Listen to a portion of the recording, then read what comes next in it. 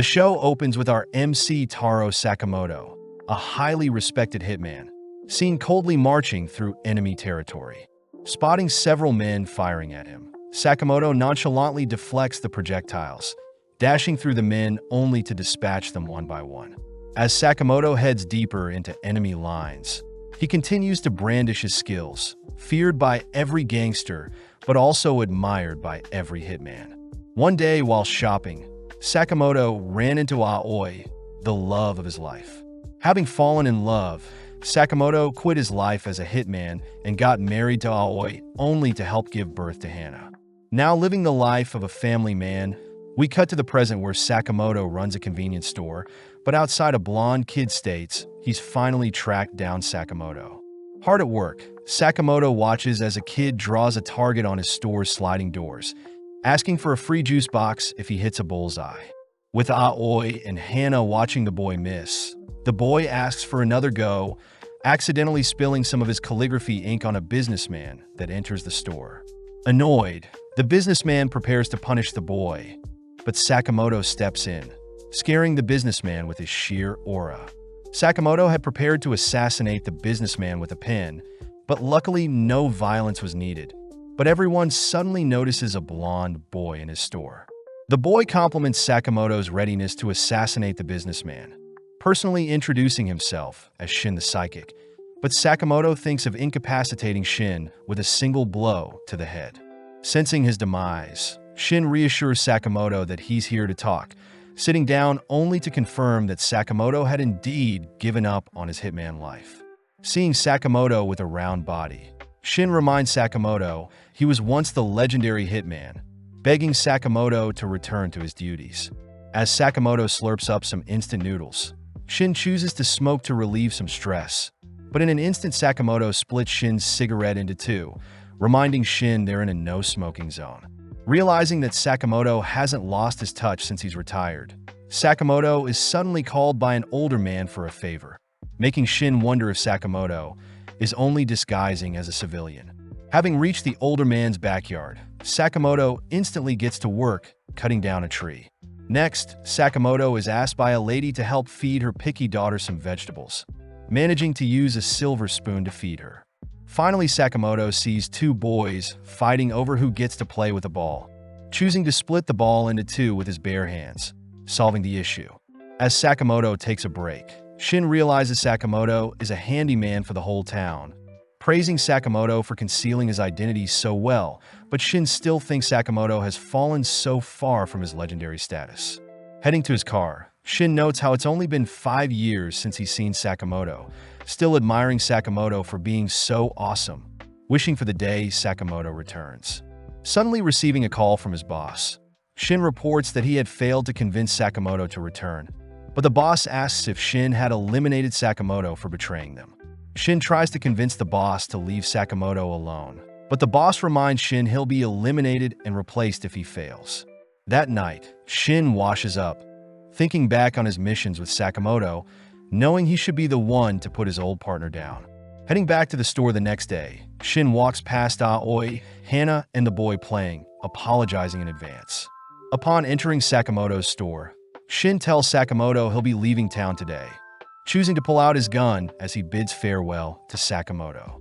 Seeing Shin pull the trigger, Sakamoto chooses to spit his cough drop as Shin's bullet, deflecting it onto a bag of chips on the counter. Trying to reload, Shin is distracted by an ice cream flung at him, but suddenly realizes that Sakamoto has disappeared. Cautiously scanning the aisles, Sakamoto manages to distract Shin by making some noise in one of the aisles, only to make use of a rubber band and some cough drops to snipe Shin through the shelves.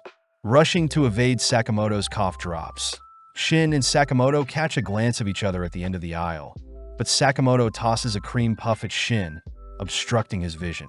Having bought enough time, Sakamoto sneaks up from behind, winding up a torrential kick that sends Shin flying through several shelves, reminding Shin of when he used to train with Sakamoto.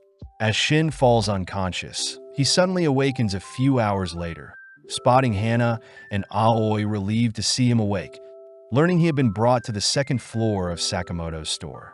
Seeing Sakamoto's loving family, Shin gets weirded out, confused as to why they're serving him a lovely meal even after his assassination attempt.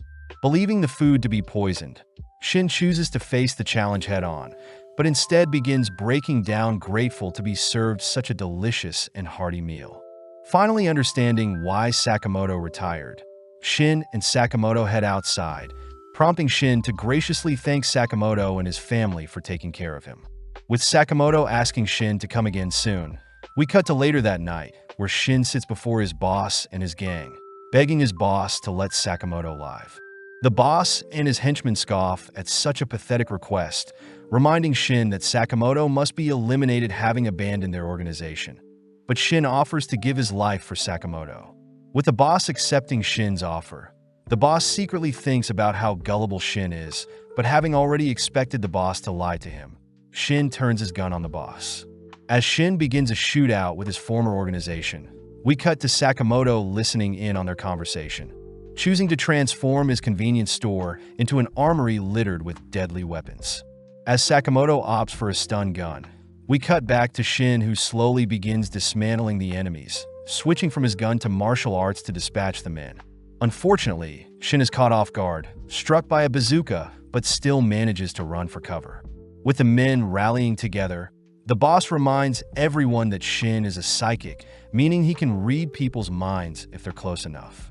Continuing his onslaught, Shin takes out a few more men, realizing he has a single magazine left, ultimately getting struck in the leg by a bullet. Falling onto his knees, Shin is surrounded, finally giving up. Luckily, Sakamoto appears, paralyzing the men surrounding Shin. As the boss orders his men to take out Sakamoto, Sakamoto nonchalantly opens a pair of chopsticks. Increasing his speed to knock out the men, all whilst flexing, he can catch the bullets with chopsticks. Spotting a man wielding a katana, Sakamoto easily evades, kicking the man aside only to block a spray of bullets with pins, slaying the gunman with said pins. Cleaning up the remaining gunmen, Sakamoto locks onto the boss and his remaining henchmen, running to evade the projectiles only to slay the boss with a single slash. With Shin reminded of why he respects Sakamoto so much, Shin realizes Sakamoto had bugged his gun when he was unconscious and is suddenly offered a job by Sakamoto. Sakamoto says he'll pay Shin 800 yen an hour, cutting to the next day where Shin has started on his first day, asking Sakamoto to not eat ramen, especially since they're low on stock. As Hana and Aoi compliment Shin's new apron, Shin makes use of his psychic abilities to help out an elderly lady, but is threatened by Sakamoto to keep their past a secret from the others. Fast at work, Shin restocks the shelves and mans the cash register, cutting to later that day, where Shin praises Sakamoto for slaying all those men. Hearing Shin mention Sakamoto slaying people, Aoi reminds Sakamoto he promised to leave his life of a hitman behind, prompting Sakamoto to reassure Aoi that he dealt non-lethal blows. Angry, Aoi reminds Sakamoto they have a family rule, and if Sakamoto ever breaks the rule, she'll divorce him, scaring Sakamoto. When Shin wonders what this family rule is, Sakamoto silences Shin in his mind, both heading to Niokita Chinatown to pick up some items. Seeing Sakamoto pick up some heavenly pork buns for the whole family, and at half the price, Shin admires Sakamoto for being so family-oriented, but Shin is still curious about Sakamoto's family rule. Refusing to explain anything, the duo continue walking, suddenly spotting a pink-haired girl burst through the window of a high-rise, coincidentally collapsing onto Sakamoto. Although Sakamoto is fine, Sakamoto gets sad seeing his pork buns have been squashed, but our duo suddenly sees several men call out to the pink-haired girl. Introducing herself as Lu Xiaodang, the mystery girl, Lu scoffs at the men's pathetic attempts to catch her, but Shin notices Sakamoto is more sad, thinking about how upset Hana and Aoi will be having no buns to bring home. As the men rush Lu, she begins knocking out the men with her martial arts, something Shin recognizes as Tai Chi, watching as 3 men suddenly surround Lu. Even still, Lu tosses and knocks out 2 of the men, unfortunately captured by the 3rd. Seeing the men prepare to slash at Lu's legs, Sakamoto stops the man's knife with some tongs, breaking them only to put the man to sleep. Seeing an opening, Shin knocks out the man, restraining Lu with a sign, allowing Lu to disarm the final gun-wielding man, knocking him out. As the trio catch their breaths, they suddenly hear an even larger swarm of men chasing after them, forcing Sakamoto to pick Lu up, all three fleeing from the swarm. Elsewhere, we see a henchman reporting that they've failed to capture Lu, pissing Wang off, the CEO of Danshokai Incorporated. Wang reminds everyone he slayed Lu's entire village, and still they failed to capture her. But before Wang can dismiss his men, a knife decapitates his messenger's head. Known as Bacho and Sun He, Wang orders the psychotic brothers to hunt down Lu no matter what, stating that Lu has the key for them to rule over the black market. With the brothers given free rein to slaughter all that gets in their way, we cut back to our trio where Lu tells Shin and Sakamoto about her belonging to the Lu Mafia clan. Lu says she is currently in possession of her family's hidden vault key. But when Shin suggests Lu get rid of such a dangerous key, Lu refuses since her family died protecting the key, remembering the final moments of her clan burning down all whilst her parents beckon Lu to flee with the key. Lu apologizes for getting others involved, leaping away, but before Shin can follow after Lu, Sakamoto holds Shin back. Before Lu disappears, Sakamoto asks if Lu can make pork buns, agreeing to assist Lu, and in exchange Lu must make pork buns for them once they make it out alive. Before Shin can question Sakamoto's judgment, Bacho appears, landing a direct kick on a Sakamoto that sends him flying. Sun scolds Bacho for attacking so barbarically, alerting Shin as to who these monsters are. But Lu says they're twin hitmen that charge high hit rates for their perfect resume of assassinations. On top of things, the brothers have been seen sketching the heads of their victims, something that pleases Bacho since they're so well known. But Sun reminds Bacho they should be more elusive since they're hitmen. Seeing Shin dash in close, Sun easily catches Shin's fist, mocking Shin for acting so emotionally after Sakamoto was defeated. Leaping back, Shin feels bad for those who disrespect Sakamoto, but Bacho takes the chance to blink behind Lu, preparing a lethal slash. Appearing out of nowhere, Sakamoto smashes Bacho into the ground, shocking everyone as Sakamoto's punch tears a hole in the roof they're standing on, making Sun wonder who Sakamoto is. As Sakamoto ignores Sun's questions, Bacho says he'll pay Sakamoto back, all while Sun asks for Lu to hand over the key in exchange for a quick death. Hearing Lu choosing to give her life to protect the key, Sun reveals that her parents said something similar before he slaughtered them, infuriating Lu as she rushes forward. Grabbing and tossing Lu back, Lu is reminded not to get emotional. But Lu says the vault contains her ancestors' legacy, something Lu's father had given his life to protect. Having heard enough, Sun tosses a kunai at Lu, forcing Sakamoto to intercept the blade, asking the brothers to not dictate others' lives. With Lu seeing Sakamoto bleeding from catching the kunai, Lu asks why Sakamoto would go so far to protect her, flashing back to the Christmas season when a younger-looking Sakamoto has brought Aoi a gift. Aoi is angry seeing Sakamoto covered in blood, knowing he had to murder people to get her a gift. Seeing as Sakamoto refuses to change, Aoi chooses to jump from their location, forcing Sakamoto to chase after her, clinging onto her. Luckily, the snow beneath them softened their fall. But Aoi uses the moment to show Sakamoto just like how he cares for Aoi. There are people that care for the people Sakamoto kills, asking Sakamoto to promise to never slay another and instead save people to atone for his past. With Shin reading Sakamoto's mind, he finally realizes what the no-kill rule is, watching as the brothers rush them. As Sakamoto blocks all of Sun's attacks, Shin chooses to evade and dodge all of Bacho's slashes, intriguing the brothers as to who Sakamoto is. Choosing to unveil one of their hidden techniques, both Bacho and Sun fire off a flurry of attacks at Sakamoto, but Sakamoto nonchalantly slips them all, asking for a pain patch having stressed his neck. Before the brothers can unveil another hidden technique, Sakamoto puts Bacho to sleep with a cooking pot, following up by breaking Sun's weapon using a wok. Seeing Shin helping Sakamoto patch up his hand, Sun attempts to target Lu, but Shin had read his mind, binding and tossing Sun back with a rope. For the finishing blow, Sakamoto smashes a refrigerator on his son, tying the two men up as Lu wonders who our duo is. As Sakamoto munches on some crab, we cut over to Wang, who wonders where the brothers are. yearning for the day he can open the vault before him. Suddenly receiving a delivery, Wong spots the brothers tied up, suddenly restrained by Lu, who says she needs to pay Wong back for all that he's done. A few minutes later, Lu is seen repeatedly punching Wong, exciting Shin as he wants to join in, but Sakamoto prepares to put Shin to sleep. Having had enough, Lu says she shouldn't slay people and instead should live a happy life, choosing to finally unlock the vault with her key. As the trio head inside, they're amazed by the antique relics littered all over the vault. Something Shin reads are valuable items every past leader of the Lu clan treasures. Seeing the item her father left behind, Lu reads that her father had left behind some valuable booze to one day share with Lu, making Lu treasure her family. Sitting down, Sakamoto unveils the squished pork buns, snacking on them as Lu remarks the Japanese buns are pretty tasty. The next morning, Shin sees reports of the aftermath of their brawl with Wand and the brothers, suddenly seeing Sakamoto enter the store exhausted. Seeing Lu enter with an apron, Shin wonders why Lu doesn't just sell her family's vault instead of working. But Sakamoto reminds Shin that he is now part of the family and must follow their family's no-kill rule.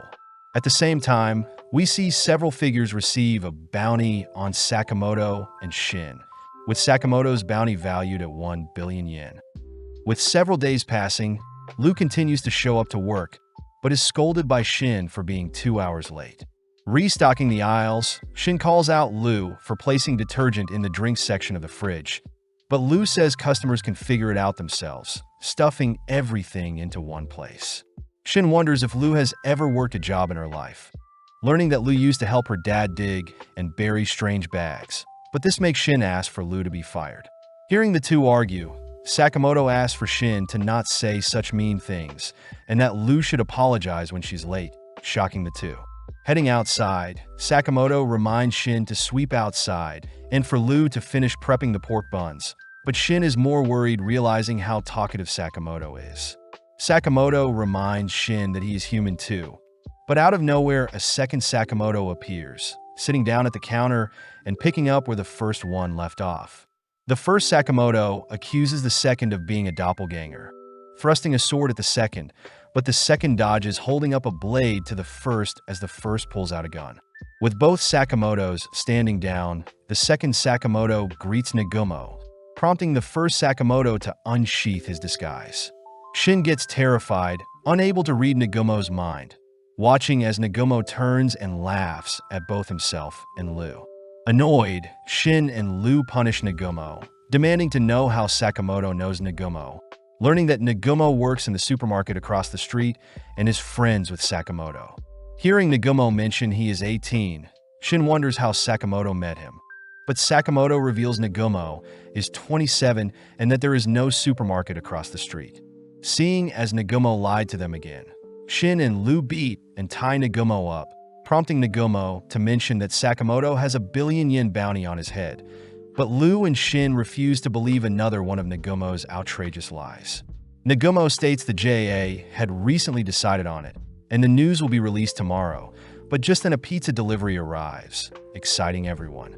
As the delivery man places the pizza on the counter, Nagumo says there are rumors of Sakamoto's legendary return, but just then Shin reads the delivery man's mind, hearing the man mocking everyone.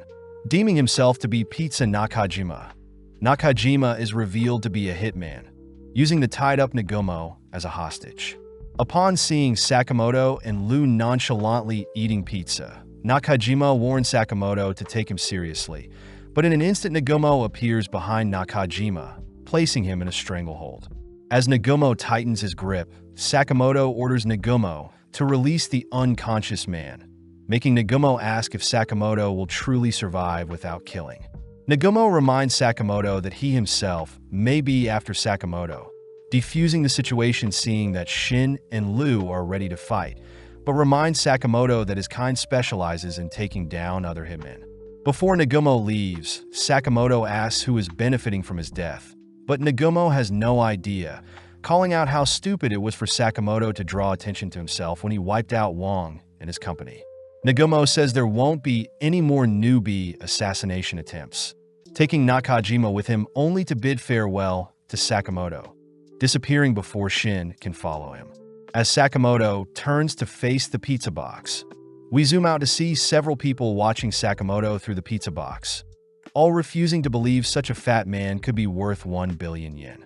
Speaking up, one of the men from Don Denkai reminds the others to not underestimate Sakamoto. Having heard he used to belong to the Order, a mythical elite group, but people still believe Sakamoto is rusty after 5 years of retirement. Just then, they all turn their heads to the screen, hearing Sakamoto threaten them to try their best, only to destroy the camera. That evening, Shin wonders if Sakamoto will be okay now that others have his sights on him, but Sakamoto thinks they should lay low for a while. Just then, Hana and Aoi appear, both excited for tomorrow as Sakamoto suddenly realizes what they have planned for tomorrow. Having arrived at Sugar Park Amusement Park, the gang immediately rides a roller coaster, all having mixed feelings about such a ride. Hana takes the chance to show off the park's cute bunny mascot, Sugar Bunny, someone that reminds Lou of Sakamoto.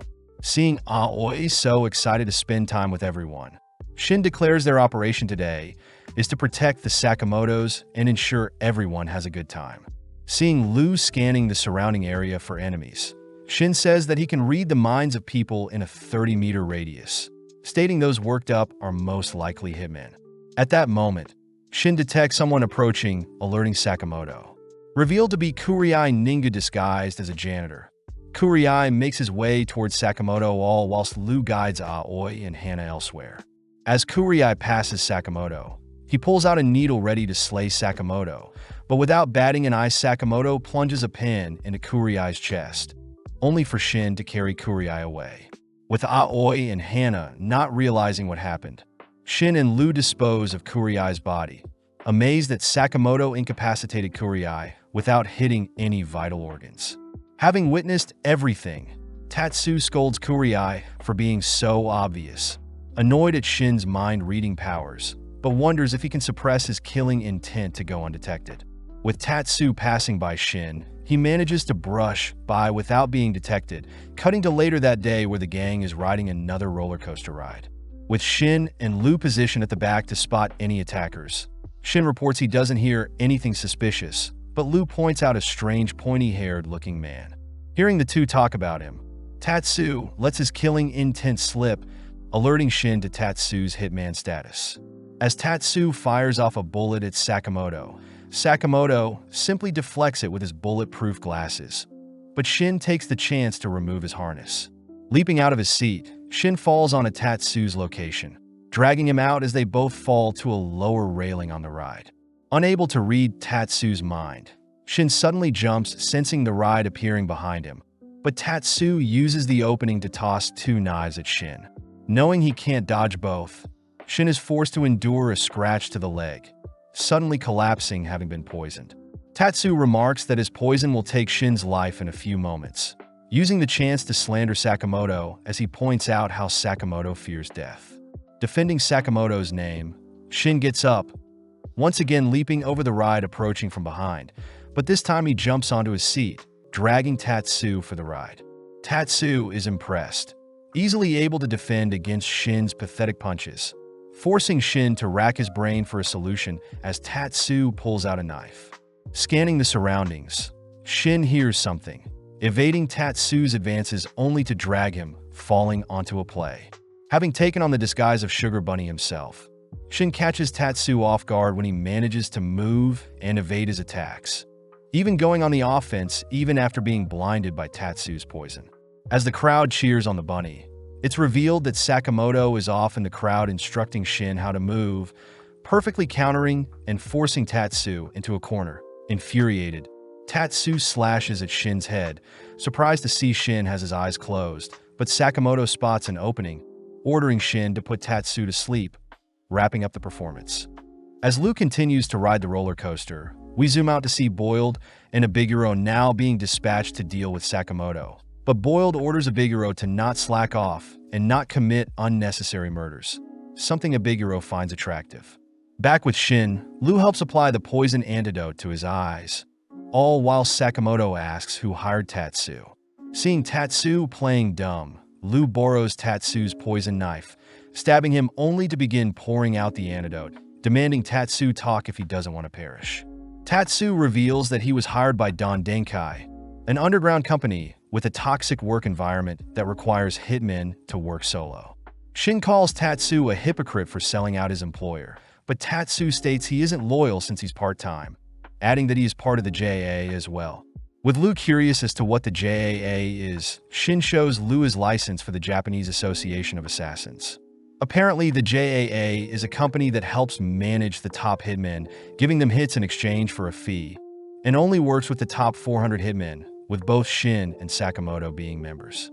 Seeing as this is the perfect chance, Tatsu asks if Sakamoto used to be in the order, but upon seeing Sakamoto's serious glare, Tatsu is impressed that the rumors he heard weren't just lies.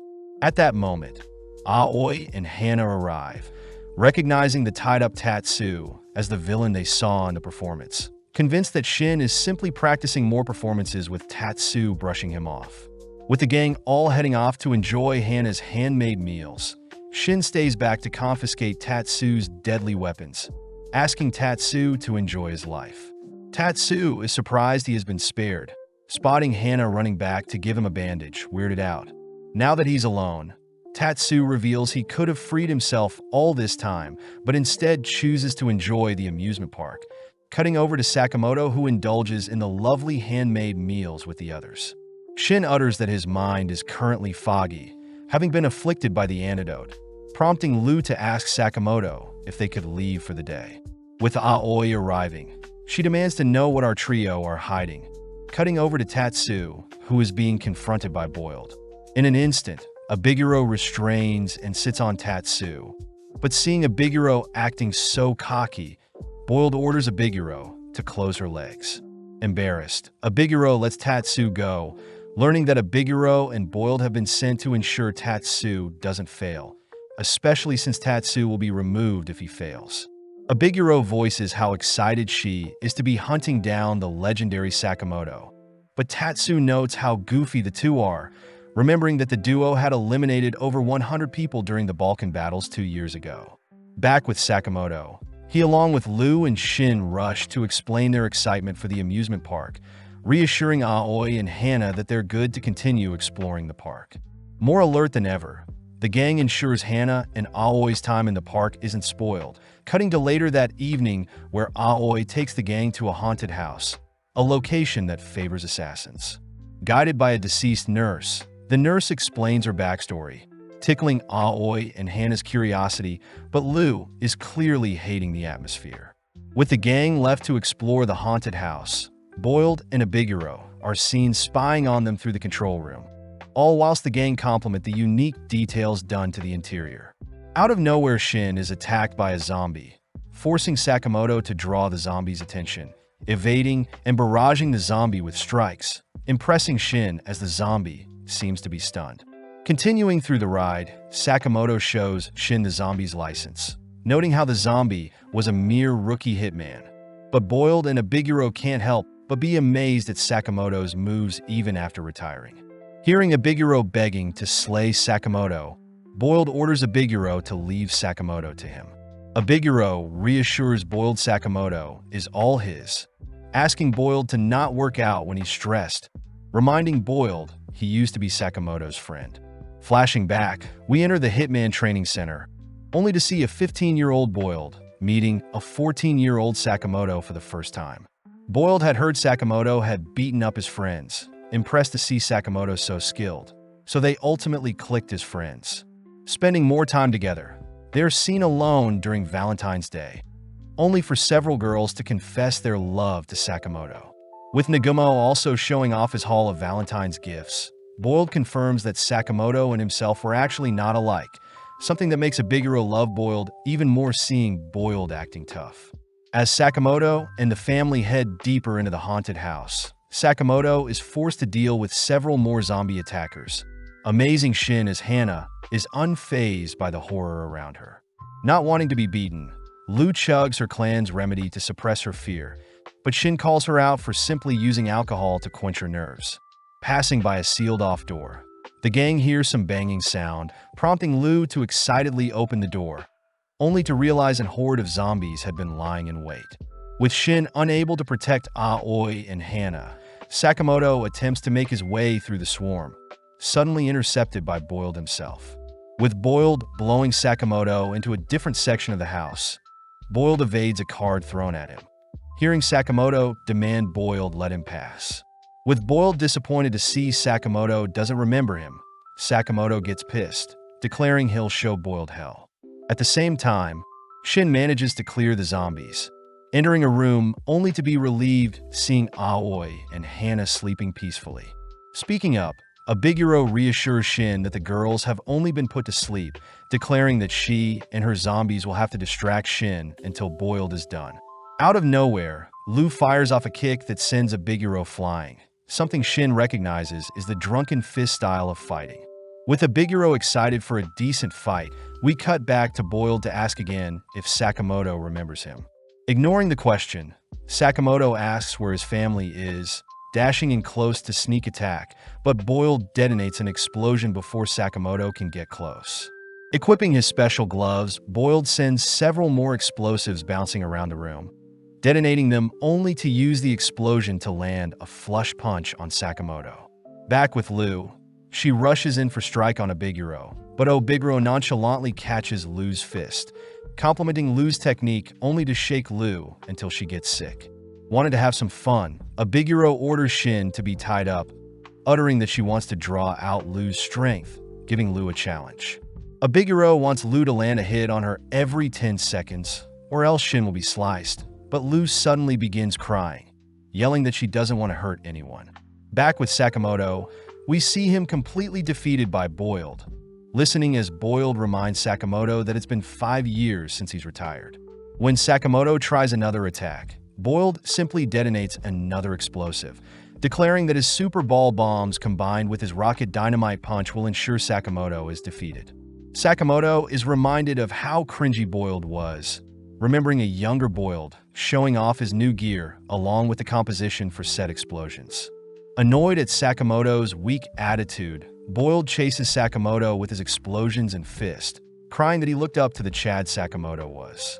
Charging up a lethal blow, Sakamoto catches a glimpse of his family, suddenly sent flying deep into the building corridor. As Boiled turns to leave, he bids farewell to his teenage memories with his best friend, but out of nowhere Boiled senses immense blood lust from down the corridor. Marching towards Boiled, Sakamoto begins listing the chemicals Boiled uses for his bomb's composition, declaring that he's finally remembered Boiled and will now show Boiled how much he's grown. Back with Lu, she manages to withstand several of Abiguro's strikes, impressing Shin as he thought he would be finished. As Abiguro sends a roundhouse kick, Lu manages to duck, striking Abiguro with her braids, luckily resetting the 10-second timer. Firing off an axe kick, Abiguro pummels Lu, frightening Shin as Abiguro turns to leave. Surprisingly, Lu gets back up with a nosebleed, laughing at how desperate Shin sounded. Abiguro gets weirded out, seeing Lu scoffing down more booze, but when Abiguro chases Lu with several attacks, she fails to land a single one, instead receiving a kiss that resets the timer. In a mere instant, Lu fires off a lethal kick of her own, terrifying Abiguro as she barely dodges, begging Lu to try and slay her. Sadly, Lu utters that it's against her family's rules to kill anyone, annoying Abiguro as she reminds Lu that Sakamotos are a family of 3. Catching Abiguro's kick, Lu is pissed hearing Abiguro calling their family matters stupid, countering with a devastating hook, but before it lands, Lu suddenly halts. Having awoken from her drunken daze, Lu asks to know where she is, but Abiguro begins to quiver. Having never considered anyone as her rival, Abiguro pulls Lu close, deeming Lu her frenemy for life. Back with Sakamoto, he terrifies Boiled, seeing as Sakamoto had slimmed down out of nowhere, but Boiled tries taunting Sakamoto when he reminds him of his family. Sakamoto states he believes in Shin and Lu, instantly dashing forth as he lands a swift punch on Boiled, blowing him through the building's walls. Following up, Sakamoto lands strike after strike, even clashing with Boiled's rocket fist, only to shatter it with his bare knuckles. Backing off, Boiled tanks all the blows, attempting to fire off several ball bombs, but Sakamoto catches each one before they have a chance to detonate, instead using them to empower his fist, knocking Boiled further back. Knocked down, Boiled demands to know how a retired Sakamoto is so strong. But Sakamoto reveals he has a reason to fight, having chosen to fight for the people he loves. Following a couple on a merry-go-round, they suddenly feel a massive rocking sound as something approaches their ride, revealed to be Sakamoto, who has slammed Boiled into a separate ride. As Boiled loses consciousness, we cut to Aoi, who has awoken next to Shin, Hana, and Lu, demanding to know how they got here. Making up an excuse, Shin rushes to search for Sakamoto. Cutting over to Sakamoto, he and Boiled nonchalantly exit the destroyed carriage, forcing Boiled to pay for the destroyed ride only for the two to head for some roasted pork buns. Joining the two, Shin is amazed to see Sakamoto so thin. Snapping some pics as Shin is reminded of the legendary Sakamoto, but Boiled is more curious as to how Sakamoto will get Don Denkai off his back. At that moment, Aoi appears, asking to know what this bounty on Sakamoto's head is. Forcing Shin and Boiled to sit in as well, Lu and Abiguro are seen escorting Hana elsewhere, all while Sakamoto reveals he has a bounty hit on him. Before Aoi can scold Sakamoto, Boiled asks that Aoi not be too harsh, seeing as Sakamoto was hiding his bounty to not worry Aoi, but Aoi orders Boiled to be silent. Taking out their family rules, Aoi reminds Sakamoto of Rule 6, asking Sakamoto to not hide anything from his family and instead gives Sakamoto permission to resolve things rather than hide it from his family. Seeing as things are fine now, the family head to enjoy the parade, prompting Shin to ask how Sakamoto plans to remove his bounty. Sakamoto says the only way is to find the client and make them withdraw the hit, but Abiguro says it'll take a while to track down the client. Shin asks if Boiled could give them his boss's contact details. Annoyed to see Boiled, is no help only to part ways with the duo.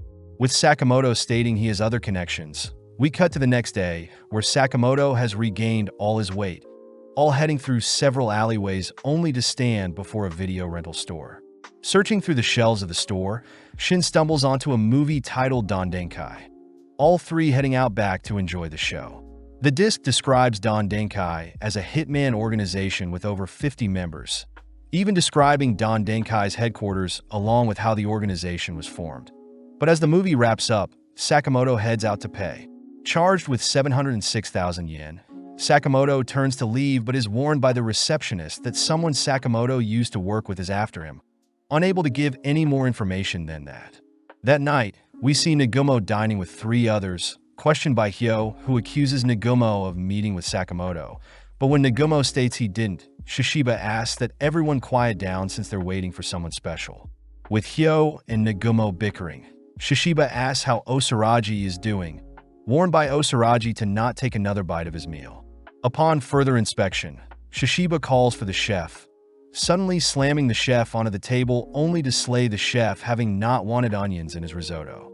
At that moment, an older-looking man introduces himself as Iria from the J, amazed to have all the order members before him. But Hyo points out they're missing 4 others. Shishiba adds that 3 members never show, but it's strange how Takamura isn't with them, all blaming Takamura's old age for forgetting their meeting. Getting down to business, Iria reveals that someone has been slaying various hitmen in the JAA, requesting that the order assist with finding and eliminating the perpetrator. Back with Sakamoto, he and the others have made it to Don Denkai HQ, ordering everyone to keep the violence to a minimum as they all don their stealth gear. Heading inside, we see 2 men talk about Boiled's recent defeat at the hands of Sakamoto, both individually taken out as Shin and Sakamoto make quick work of the men. Having found new disguises, Shin states they must climb to the top floor where the boss is, cutting to several minutes later where our trio knocks out another man with a stun gun. Having tied the man up, the trio head through the hallway towards the boss room. But Shin gets worried seeing as he can't detect anyone nearby, all ultimately reaching a set of massive doors. With Sakamoto giving the signal, they burst into the boss's room, shocked to see a pile of corpses all whilst Nagumo sits in the middle of the room. Declaring that he had slayed all the Don Denkai members and the boss himself, Nagumo apologizes for what he's about to do, suddenly blinking behind Shin, only to puncture his neck. Luckily, Nagumo was only kidding, having arrived too late and discovered the Don Denkai members were already dead. Sakamoto asks why Nagumo is here, hearing that there has been an absurd amount of hits on Hitman, with a total of 100 JA members losing their life within the past few months. Shin realizes 100 is a quarter of all professional hitmen, hearing Nagumo refer to the perpetrator as X or slur, confirming that the order has been dispatched to deal with this new threat. Lu takes the chance to ask what the order is, learning that the JA selects the best hitmen to take on impossible missions, and Sakamoto himself was once in the order. Lu and Shin remind Nagumo that Sakamoto has retired from killing, but Nagumo does mention how Sakamoto's bounty, along with the various hitmen being slayed, started around the same time. Elsewhere, we see a man dressed in all white mark his territory with an X, having used the blood from his enemies to draw his signature marking. The next day, Shin notes how annoying it is for so many hitmen to still be after Sakamoto, all watching as another hitman enters the store only to be knocked out by one of Sakamoto's gun racks. Sakamoto thinks back on Nagumo's words, pointing out that since Sakamoto struggled against Boiled, he'll surely struggle in the future, ordering everyone to get stronger in preparation for what is to come. As Sakamoto trains his cardio, Shin continues to train his psychic skills, all whilst Lu drinks herself silly, managing to dispatch another hitman whilst drunk. Cutting to Haisuke Mishimo, we see him feeding his pet bird Paisuke, having just spent the last of his money on bird food, but gets excited to slay and collect the bounty on Sakamoto's head. Back at Sakamoto's shop, Shin and Lu are annoyed that the store will need repairing due to the hitmen attacking Sakamoto, but seeing as they're low on funds, Shin suggests they enter a paintball tournament with a prize of 1 million yen. At that moment, Mishimo enters the store, holding up a slimmer-looking Sakamoto, only to ask if our trio knows where his target is. Luckily, Sakamoto's chubby disguise convinces Mishimo that he's got the wrong store, but Shin wonders how stupid Mishimo truly is. When Shin reads Mishimo's mind, Shin gets annoyed seeing a clutter of random thoughts, managing to convince Mishimo that Taro Sakamoto is a very common name. Completely lost, Mishimo reveals that he won't be able to cover the travel fee home, nor does he have any food or money, despairingly leaving the store. When Shin and Lu try to get back to work, Shin realizes that Mishimo is still looking at them, shedding tears as he cries for help. Reluctantly, our trio sends Mishimo off with a bag of pork buns, gratefully sharing the meal with his bird. That night, Mishimo returns to his rundown tent, having been a gift from his grandma, only to declare that he'll be rich one day. Mishimo thinks back on when some older men fired him from being a hitman, swearing that he'll prove the higher-ups wrong. But suddenly a gust of wind topples Mishimo's tent. On the brink of tears, Mishimo suddenly spots a flyer, seeing it to be a paintball tournament for 1 million yen, crying out that this may be his big break. As the day of the 52nd Ikurizaka paintball tournament kicks off, Shin and Sakamoto arrive bright and early, stocking up on some high-end walkie-talkies. Off to the side, they spot that Lu will be cheering them on, not wanting to participate, but suddenly the trio spot Mishimo trying to join by himself, reminded that only teams of 2 to 5 can join. Luckily, Mishimo spots our trio, officially forming a team with Sakamoto and Shin. With the announcer explaining the rules, she states that paintball BB pellets will be used, allowing the whole street to be their playgrounds. But Shin is more impressed that the event is to encourage a community cleanup of the neighborhood. As the players get into position, our trio are seen going over the rules. But as the game starts, 4 men in jumpsuits target Sakamoto's group. In an instant, the 4 men are struck with paintballs, shocking Shin as Mishimo manages to locate and strike the 4 men in mere seconds. Before Shin can ask any questions, he leaps to evade several pellets, managing to strike out 2 other players, but 2 men seem to have snuck up on Sakamoto during the chaos. Unfortunately, Sakamoto steals the men's guns, easily eliminating another party as he dreams of bulletproofing his store and stocking up on all sorts of cup ramen. Mishimo is grateful to have such competent teammates, wondering if Shin and Sakamoto are paintball nerds, but Lu accidentally gets carried away cheering for our trio, revealing Sakamoto to be Mishimo's target. As Mishimo checks the photo once more, Shin tries to cover it by pointing out features Sakamoto is lacking from the photo, but as Mishimo and Shin share a laugh, The three suddenly raise their weapons ready to brawl. As Mishimo finally realizes who Sakamoto is, he states he hates liars. But before the trio can turn on each other, another party attempts to snipe them from afar. Forced to scatter, Shin and Sakamoto take down the enemy team, all whilst Mishimo calls for Paisuk to airdrop his actual rifle. Lock and loaded, Mishimo sends a bullet flying directly at Sakamoto, forcing Sakamoto to deflect the bullet with his palm, but loses a portion of his hand in the process. As Mishimo runs off to regather his thoughts, Shin and Sakamoto are forced to focus on the paintball players that have surrounded them. As Mishimo and Paisuk run off, they both cry, fearing they'll have to take down the people that helped them.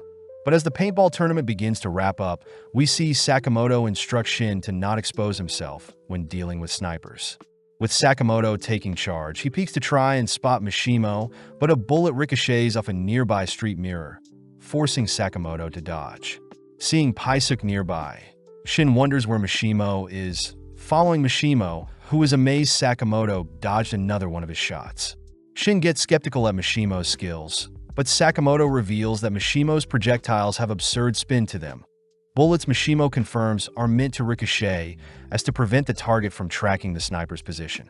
Stealing his resolve, Mishimo opts to end this, firing off several bullets, forcing both Sakamoto and Shin to constantly be on the move, weaving in and out of alleys and running through neighborhoods to survive.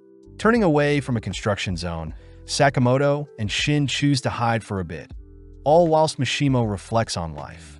Throughout his life, Mishimo was never able to measure up to his peers mentally or physically, but when it came to shooting, Mishimo discovered his one passion in life. Sadly, when Mishimo started his first job, the higher-ups refused to take on a man that only excelled in shooting, even being scolded for failing to hold a knife during his first mission, leading Mishimo to be fired not long after.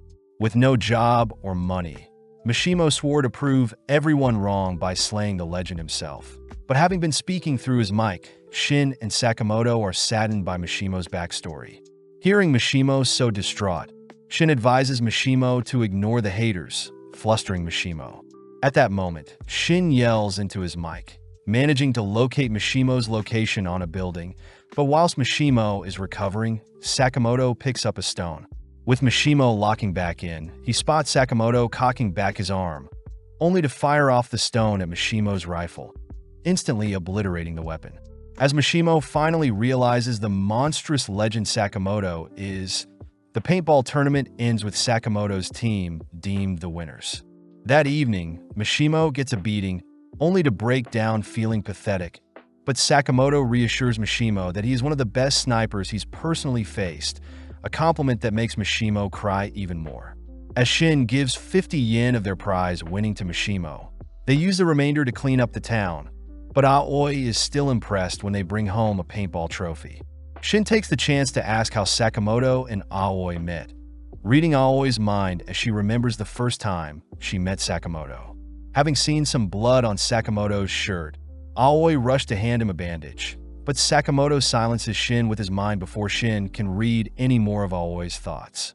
Several days later, Sakamoto and Aoi visit Hana at school, grateful that Shin and Lu are manning the store whilst they're gone.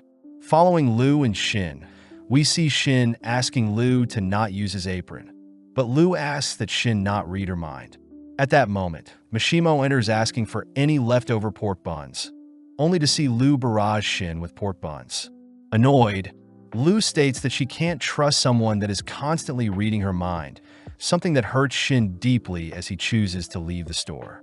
Several minutes later, Lu is seen alone at the counter, greeting several customers in hazmat suits only to be mistaken as Shin. Having been kidnapped, Lu overhears Mr. Tanaka and Saba speaking about how Shin fled from them 13 years ago, but Saba realizes that they may have kidnapped the wrong person. Tanaka divulges that there were once experiments done to create psychics, but Shin was the only one they succeeded on, weirding out the men as they fear Shin will read their minds as well. Hearing Tanaka talking badly about Shin, Lu fires off a kick that knocks Tanaka's helmet flying, demanding that Tanaka refrain from insulting his friend. With Tanaka confirming they kidnapped the wrong person, we cut back to Shin, who has returned to the store to apologize to Lu, but notices Lu is missing. When Shin begins to inspect some loose glass, he notices Sakamoto and the others are home, apologizing as he failed to protect Lu. Luckily, Sakamoto reveals that Shin's apron has a GPS tracker on it, cutting back to Lu, who hears Tanaka freaking out for failing another mission. As the men continue their journey back to their lab, Lu regrets saying the mean things to Shin, only for the men to spot Sakamoto and Shin riding in on a motorcycle. As Sakamoto demands the men hand over Lu, Tanaka spots Shin is with Sakamoto, sending out some of their men to deal with Sakamoto. Sadly, Sakamoto easily deals with an attacker, followed by Shin derailing another by jamming a piece of wood in their rides, only for Sakamoto to grind away at another's helmet with his Hot Wheels. Seeing as they're out of men, Tanaka wonders what they should do, ordering Lu to be quiet as Tanaka fears failing more than anything. Hearing Shin is on the roof of their car, Tanaka calls on Seiba, taking over the wheel all while Seiba joins Shin, asking to get paid extra later on. With Shin taking a fighting stance, Seiba dons his suit, suddenly turning invisible only to knock Shin onto another car on the highway. Leaping after Sakamoto, Seiba attempts to put Sakamoto down, but is surprised to see Sakamoto block his invisible strike. As Sakamoto begins strangling Seiba, Seiba chooses to puncture Sakamoto's motorcycle's fuel tank, only to light it on fire. Seeing Sakamoto's ride explode, Seiba returns to Tanaka's car. Amazed, Sakamoto lives up to his legendary Hitman status, but apologizes for not being able to retrieve Shin. Following Sakamoto, he and Shin observe the GPS stop at Okatabe, a location Shin knows is the headquarters of the lab he grew up in. Shin utters that the original scientists weren't evil whatsoever, wondering what has changed since he left, both taking the bus to their destination. Having stopped outside the Okatabe Science Museum, Shin reveals that the lab is concealed in the basement, both choosing to enter in hopes of retrieving Lu. Upon entering the museum, our duo are stopped by some workers that convince Sakamoto and Shin to stop for a picture, both given dinosaur heads to pose and keep. Back on track, Shin guides Sakamoto to a hidden passage, all whilst Lu is wheeled through the lab, having been tied up. As Lu looks around the lab, she suddenly is stopped as Kashima asks if Tanaka had succeeded with capturing Shin, wondering if the girl before them is truly the psychic they're after. Hesitantly, Tanaka lies, reminded by Kashima that Tanaka's life is on the line if they fail. But Lu is more curious as to why Kashima has a reindeer mask and stitches all over his body. Speaking up, Seiba reveals that he caught the wrong person, prompting Tanaka to be sent away with Lu, leading Kashima to ask Seiba to retrieve Shin himself. Back with Shin, he stands before several clocks, turning the clock's hands and maneuvering a nearby bear only to reveal a secret elevator. When Shin tries to enter the passcode from several years back, he's surprised to be denied, suddenly spotting the bear's head reveal a gun that fires at them. Managing to evade the gun spray, Sakamoto makes quick work of the brown bear, all watching as a second bear appears, but Shin skewers the white bear before it can fire off any projectiles. With a voice announcing that Phase 1 is over, the elevator along with the bear's corpses are removed, giving rise to the dinosaur bones behind them. Seeing the dinosaur attack with its tail, Sakamoto pulls Shin down, all whilst thinking about how Hana would love to see a real-life dinosaur. As Sakamoto continues to evade the dinosaur's advances, Shin manages to spot a device in the dinosaur's mouth, giving Sakamoto the idea to taser and paralyze the dinosaur. Sadly, the machinery controlling the dinosaur simply reboots, this time attacking Sakamoto more aggressively. Dodging to evade the dinosaur's tail, Sakamoto tries again to paralyze the creature, but gets his stun gun destroyed, pissing him off. No longer holding back, Sakamoto rushes towards the dinosaur's mouth, punching and shattering the machine in the dinosaur's mouth. Following up, Sakamoto knees the dinosaur away, only to finish off the creature with an axe kick. With Shin baffled by Sakamoto's sheer strength, we cut to Dr. Ishikawa, who begs to be given some time off, having been working for 3 days straight with no sleep. Refusing to hear it, a man in a suit knocks Ishikawa down, preparing to take Ishikawa's life when he hears Ishikawa call their research silly. At that moment, Sakamoto and Shin dispatch the man in the hazmat suit, exciting the researchers as they recognize Shin, revealing that the director Shin is looking for has been locked up in the lowest floor and the lab itself is taken over by an assassin group. Having appeared a year ago, the lab was overtaken by Kashima and his henchmen, dead set on integrating assassinations with new technology. Plus, Kashima has several powerful hitmen working for him. When Sakamoto declares they'll have to take care of Kashima first, Ishikawa hears someone coming, rushing to hide Sakamoto and Shin in lockers. At the same time, Tanaka is seen locked up, begging to be let out only for Liu to silence him with a kick. Annoyed, Tanaka points out how silly Liu is for trying to break the bars with a rock, both suddenly turning to greet director Asakura, who offers an alternative method to escape. Back with Ishikawa, he hurriedly greets mad Horiguchi, all whilst trying to not give away Shin and Sakamoto's hiding place. Intrigued, Horiguchi tortures Ishikawa with a borrowed pen, asking the other lab members if they know anything, but Horiguchi suddenly evades a stray pen. Spotting Shin has revealed himself. When Ishikawa asks why Shin isn't just hiding, Shin thinks back on the fond memories he had with the lab members, asking if Horiguchi is one of the leaders under Kashima. Confirming the fact, Horiguchi gets excited to show off their research, taking out a syringe, only to blink behind Shin stabbing him with said syringe. Putting some space between them, Horiguchi performs an experiment, suddenly changing Shin's voice as the syringe disrupts the signals in Shin's brain. Annoyed, Shin chases after Horiguchi, demanding that he fix him. But in an instant, Sakamoto appears, pummeling Horiguchi with a devastating punch. Having been finally free from the locker, Sakamoto asks if Shin wants to save the lab, both preparing to take back Shin's home. Back outside, we see Shishiba and Osaraji visiting the museum, both instructed by Nagumo to check out the place, curious if they'll manage to find a lead on Slur. Following Mishimo, he and Paisuke once again visits Sakamoto's store, spotting Hana sad, seeing as she's been left alone with no one to play with.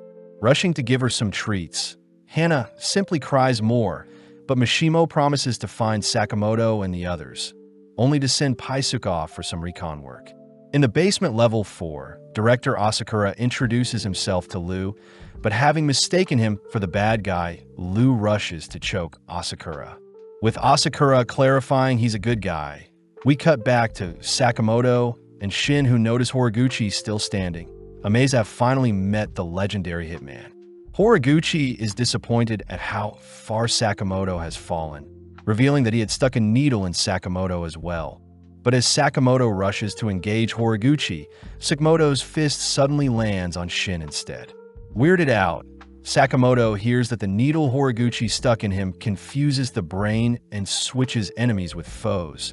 But before Horiguchi can boast anymore, Sakamoto smashes him with another heavy punch.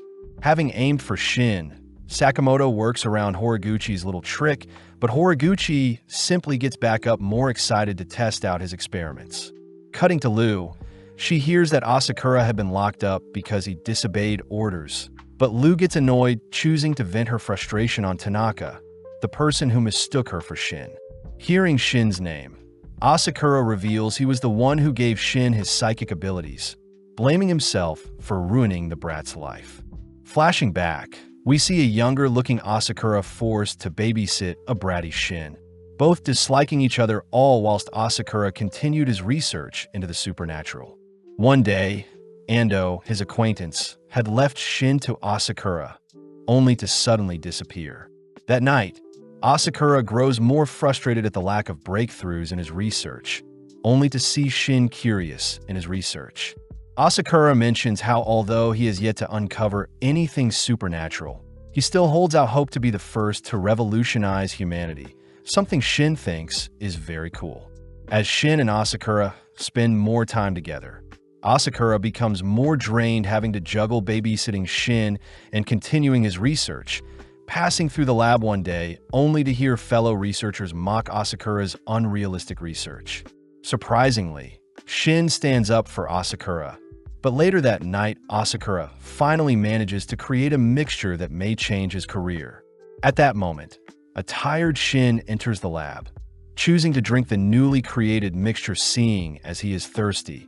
But as Asakura rushes to check on Shin, Shin simply begins to vomit. The next day, Asakura sees no abnormal signs from Shin, but out of nowhere Shin states that he's not okay, having been able to read Asakura's mind. In the following days, Shin would tease Mr. Tada for fantasizing about Miss Namiki, horrifying Asakura as the lab members run several more tests on Shin. Over time, the lab members grew distant from Shin, denoting how Shin's powers are actually quite creepy. Not wanting Shin to live an isolated life, Asakura rushes to come up with a cure for Shin's powers. But when Shin asks if Asakura is proud of his greatest work, Asakura apologizes, having never wanted Shin to be tangled up in his research.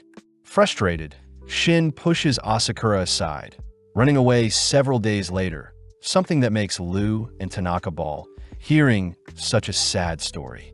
Lu reassures Asakura that Shin doesn't hate him, mentioning how Shin has grown used to his powers.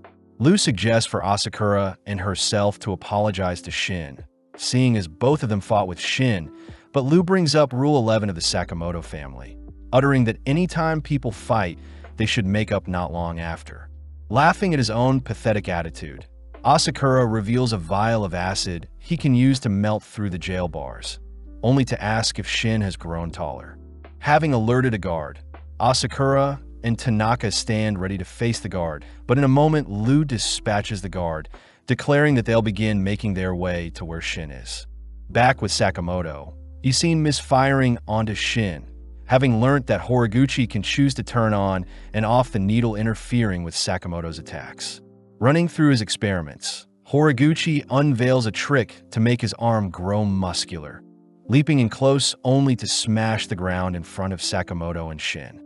Before Shin can retaliate, Horiguchi simply activates Shin's needle, forcing Shin to attack Sakamoto instead. Unveiling another trick, Horiguchi increased his leg speed, dashing behind Shin only to send him flying through a glass wall. Seeing Sakamoto attempt a sneak attack from behind, Horiguchi manages to freeze Sakamoto in place only to blow him back. Seeing Horiguchi mocking Sakamoto, Shin reminds Horiguchi he can read minds, but getting annoyed, Horiguchi simply assaults Shin with several needle stabs, sending him onto the floor. Horiguchi does wonder why his boss is after Shin's stupid skill, something that enrages Shin, but Sakamoto reminds Shin to not be so emotional. Sakamoto declares he'll show Horiguchi why Shin's powers aren't stupid, prompting Horiguchi to inject himself with several needles, suddenly bloating up as his figure becomes monstrous. With Sakamoto coming up with an idea, he orders Shin to stand in front of Horiguchi, all whilst turning his back to him. When Horiguchi tries to attack, Sakamoto simply starts his own barrage targeted at Shin, but as Shin reads Sakamoto's mind, he dodges Sakamoto's attacks, allowing Sakamoto to wail onto Horiguchi. Unable to find a counterplay, Horiguchi is ultimately beaten up and knocked aside, shriveling up as he's been defeated. As the lab members tidy up the mess, Tada and Namiki help remove the needles in Shin and Sakamoto. With Shin and the lab members catching up, they begin heading toward the 4th floor where Lu is being held, all while Shin hears that an order member could easily take out 10 Shins in a mere 6 seconds. Shin is annoyed that Nagumo is an order member, but out of nowhere our duo runs over a trapdoor, forcing Sakamoto to kick Shin aside, all whilst he falls into the trap. Cutting to the 5th basement floor, we see Kashima escorted by Onigahara and Takamito, all three noticing a pile of bodies with Shishiba and Osaraji as the culprits. Kashima demands to know why order members are here, hearing that the order are after a slur character, but sadly Kashima has no idea what they're talking about. Before Shishiba leaves, he mentions how manufacturing illegal weapons is a violation against the JA, glaring at Kashima as he states he'll have to dispose of him. Before Shishiba can take another step, Onigahara and Takamito blink in front of Shishiba, asking for permission to slay Shishiba. Before Kashima can give the order, Osaraji pierces and decapitates the men in an instant. When Shishiba turns to Kashima, he's surprised to see Kashima in tears, having felt sorry for the men that passed away before him. Taking off his deer mask, Kashima unravels some stitches in his arms only to show off several blades in place of his hand. Shishiba and Osaraji are disgusted to see a killer scold them for taking another's life.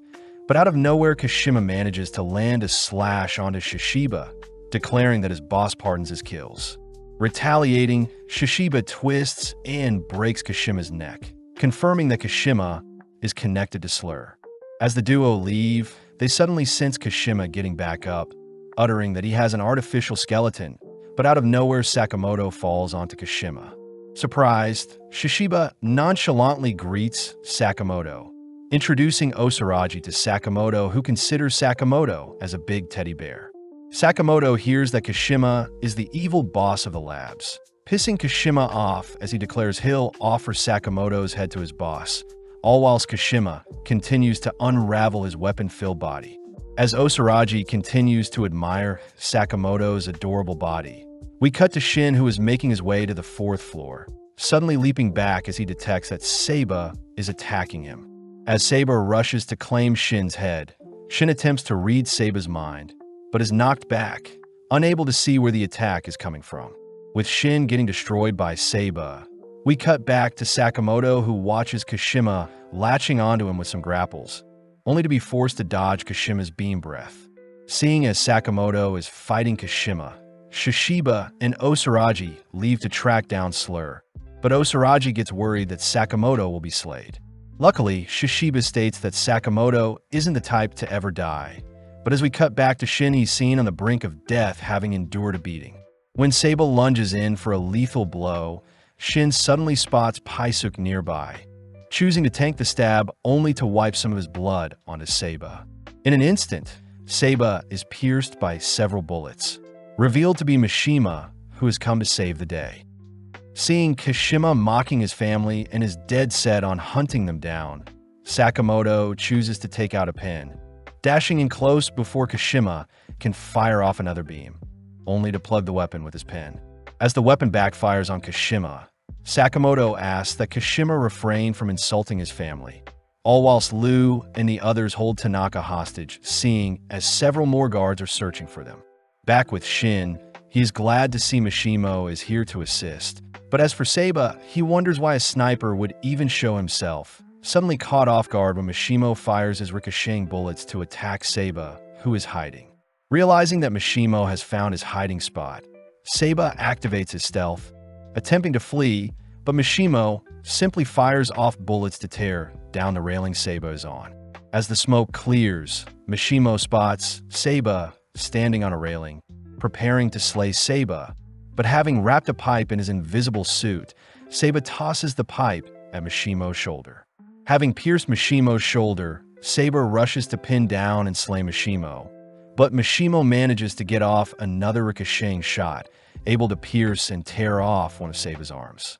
Before Mishimo can ready another shot, Seiba reveals he was only concealing his lost arm, thrusting his blade into Mishimo's stomach only to kick away Mishimo's remaining ammo. Before Seiba can deal with Shin, Kashima cries that they'll be taking out Seiba here and now, only to order Paisuk to deliver one final bullet. Having fired off a bullet that missed Seiba, Seiba mocks Kashima's pathetic attempt, but is surprised to see that Kashima was actually aiming at a sprinkler above him. As the water disarms Seiba's invisibility, Shin rushes in to grapple and pins Seiba down, officially knocking him out. Out of nowhere, several explosions can be heard across the lab, but as we cut back to Sakamoto, he hears that Kashima has rigged up several explosions that will wipe out the lab in 20 minutes. Getting serious, Sakamoto states he'll only need 5 to defeat Kashima, beckoning Kashima to rush in for an attack. But having easily dodged, Sakamoto hears that Kashima's body has been replaced with various weapons making up 70% of his body. Impressed, Sakamoto takes out weapons of his own, showing off some stickers, a mechanical pencil, and a flyer. Insulted, Kashima lets loose several projectiles. But as Sakamoto evades the projectiles, he retaliates by flinging the pen's lead into Kashima's eye. Falling to his knees, Kashima's eye begins to bleed, but having followed up with a sticker to his other eyes, Sakamoto manages to obscure Kashima's vision, only to land a powerful whip that sends Kashima flying. Seeing Kashima unfazed, Sakamoto wonders if Kashima is immortal, hearing that Slur was the only one that valued Kashima, therefore Kashima will give his life for Slur. As a train approaches Kashima from behind, both Sakamoto and Kashima leap to avoid it. But having landed on the train, Kashima chooses to bind and drag Sakamoto along the tracks. Annoyed by Sakamoto's carefree attitude, Kashima watches as Sakamoto slices the metal bindings with a flyer, only to fling Kashima into a nearby wall using the same binds extruding from Kashima's body. In a separate tunnel, an underground subway suddenly spots Sakamoto tackling Kashima through a wall, prompting both men to fly through the subway carriages. Looking around, Kashima downs a drink, confirming that Sakamoto is truly a legendary hitman, able to mask his presence and blend in with the crowd. Having snuck beside Kashima, Sakamoto lands a disgusting kick onto Kashima, glad to see he can go all out seeing as Kashima is immortal. Flashing back, we see a younger-looking Kashima being berated for beating up men that were torturing a cat, but often the crowd Slur passes by, dispatching the onlookers glaring at Kashima. Having praised Kashima for slaying for the better of others, Slur marks Kashima's lips with his signature cross, officially deeming Kashima as his own property. In the present, Kashima declares he'll slay all that gets in his way. But seeing an elderly woman enter the carriage, Sakamoto drags Kashima into the section between carriages only to begin barraging Kashima with hundreds of punches. With the carriage unable to withstand Sakamoto's power, Kashima is forced into a separate carriage, attempting to spray down Sakamoto with bullets. But Sakamoto simply deflects them all with a railing. Using the railing to smack Kashima around, Kashima leaps back only to unveil a massive weapon in his chest, managing to blow Sakamoto out of their current train onto an adjacent one. Monstrously, Sakamoto recovers, sprinting along the adjacent train only to hop back onto his original train. With Kashima sitting down to relax, he horrifically sees Sakamoto coldly enter the cabin, rushing to pick up nearby passengers only to toss them at Sakamoto. Sadly, Sakamoto nonchalantly catches and places the passengers back down. But choosing to end their duel, Sakamoto combos Kashima with several strikes only to drag his unconscious body out of Sato Station. Reporting the good news to Shin, Sakamoto hears that he has 15 minutes left until the lab explodes. Choosing to toss Kashima's corpse aside, all whilst we cut to Lu, who saves a researcher from a piece of falling debris. Before Lu can think of a way out of the lab, a piece of the ceiling falls on her, forcing Shin to tackle and save Lu. As Mishimo joins them, we see Lu and Shin are awkward at first, but suddenly Lu breaks down apologizing for stealing Shin's apron earlier. Having made up, Asakura greets Shin as well, both feeling awkward as it's been a while, but Shin reminds everyone they only have 10 minutes to spare. Seeing as they need to save everyone, Shin asks Asakura to sketch out the floor plan of the lab, focusing only to ask Lu and Mishimo to rescue some people still trapped in the lab. As for Shin and Asakura, they head elsewhere, all whilst Asakura appreciates Shin's control over his powers, reminiscing on the times they would spend together. At the same time, we see Shishiba and Osaraji scrubbing through the lab surveillance, only to confirm that Slur is the mastermind behind the lab's takeover. Back with Shin, he sends Asakura to help someone all whilst Shin continues forward, but as Shin begins to approach a man, he suddenly halts seeing the man's cold presence. Suddenly sensing his own demise, Shin freezes all while Slur passes by Shin, asking Shin to say hello to Sakamoto for him. Having saved everyone, Shin and Asakura meet up with the lab researchers outside, flustered to see everyone admiring how much Shin has grown. Taking the chance to introduce himself to Sakamoto, Asakura thanks Sakamoto for raising Shin in his absence, only to cut to later that night, where the entire family has finally regrouped for a nice homely dinner. As Shin and Lu continue to bicker, Shin suddenly gets terrified, seeing that Sakamoto wants to silence them in his head. With a few days passing, Shin and Lu voice how exhausted they're from surviving the lab incident, giving Sakamoto the idea to take his family to a natural hot spring to decompress. Shin gets worried, revealing that he can't read minds at the moment, but Sakamoto states that Shin's #1 priority is to rest and recover. As the gang head inside, Shin mentions how he's never been to a hot spring before, but at the same time we see Yutaro manning the reception, annoyed he had to come back and work at his parents' hot spring. When Sakamoto asks to pay to use the hot spring, Yutaro notes how familiar Sakamoto looks. But before Yutaro can say anything, he rushes to retrieve some towels for the Sakamoto family. Swiftly picking up a flyer, Yutaro confirms that the legendary Hitman is before him, quivering in fear seeing as an amateur hitman like himself is standing before God. With Yutaro fixated on the $1 billion bounty, we cut to a few moments later where Sakamoto and Shin are changing before they enter the hot spring, all whilst Yutaro pumps himself to slay the legend himself. As Sakamoto and Shin clean and rinse themselves off, Yutaro admires Sakamoto's quick handwork, only to watch the duo enter a jet bath, something that makes Shin tingle. Hearing Sakamoto not pleased by the jets, Shin reaches for a button to increase the jet's pressure, but at the same time, Yutaro triggers an explosion attempting to sweep away Sakamoto. With Shin launched into the air by the explosion, he accidentally slips on some soap, only to be flung into a wall. Yutaro admires his explosive trap, but having scanned the area for Sakamoto, Yutaro horrifically witnesses Sakamoto enduring the high-powered jets as if they were nothing. Up next, the boys move into the sauna, prompting Shin to reach for some water as he plans on heating up the room a bit more. Seeing Shin pouring the water onto some hot coals, Yutaro suddenly ignites the hot rocks, blasting the room with hot steamy air that sets the wooden room on fire. But seeing Sakamoto relaxed, Yutaro curses at Sakamoto's thick skin. Seeing as Shin had fainted, Sakamoto reasons they should cool off with a cold bath, but Yutaro attempts to freeze our duo to death. Having failed, Yutaro catches our duo enjoying a shower, blasting them with some torrential downfall, only to repeat the cycle of burning and freezing them. But nothing affects Sakamoto. Retrieving Shin, Sakamoto returns to the girls, placing Shin in a massage chair only to purchase some ice cream. Off to the side, Yutaro is pissed that none of his tricks had fazed Sakamoto, but as Hana asks to play some ping pong, we see Lu impressing Sakamoto with her swift paddle skills. Yutaro thinks about how he doesn't want to take over his parents' bathhouse when he grows up, having gotten into many arguments with his father where he ends up storming off, but having failed as a hitman, Yutaro eventually gave in. At that moment, Yakin and Manshin begin laughing at Yutaro for always talking big, but wound up returning to work for his family's bathhouse.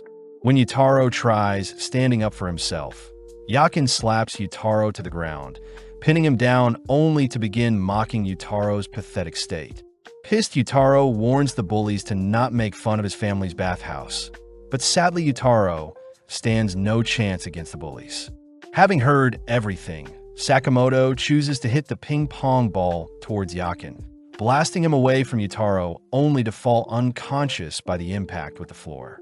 Next up, Sakamoto finishes up his ice cream, choosing to toss the ice cream handle at Manshin's blazer, pinning him to a nearby vending machine, which knocks him out. Grateful for Sakamoto's help, Yutaro realizes Sakamoto knew all along about his assassination attempts. But before Yutaro can apologize, Sakamoto cuts him off, instead complimenting the bathhouse's innovative designs, promising to return with his family in the future. Blessed to have been praised by the legend himself, Yutaro chooses to phone his father, finally agreeing to take over the family business and run the bathhouse. Elsewhere, we see several mysterious figures arriving in Japan, all dead set on retrieving a specific girl. At the same time, we follow Sakamoto eating out with Shin and Lu, who both play a guessing game to decide who pays for the meal. Sadly, Shin loses. Lu laments how she rarely visits family diners since her family would often serve her gourmet meals at home, but Lu couldn't be more happy with her laid-back life as it is. But out of nowhere, two men raise their guns at Shin and Sakamoto, with one of the men firing a bullet at Sakamoto's skull. Sakamoto swiftly blocks the bullet with his fork, dragging and slamming him onto the table, all while Shin knocks out his attacker. Needing a drink, Sakamoto orders a melon soda, but Wutong Lu mocks Sakamoto for his poor choice in drink, surprising Lu as she recognizes Wutong's voice. Surprised to see a member of her clan alive, Wutong reveals that their clan is in need of a leader, advising Lu to stay away from the life of a barbaric hitman. But Lu refuses to rejoin their family mafia. Seeing Lu up in clothes, Wu-Tong explodes with a bloody nose, flustered over how cute Lu is.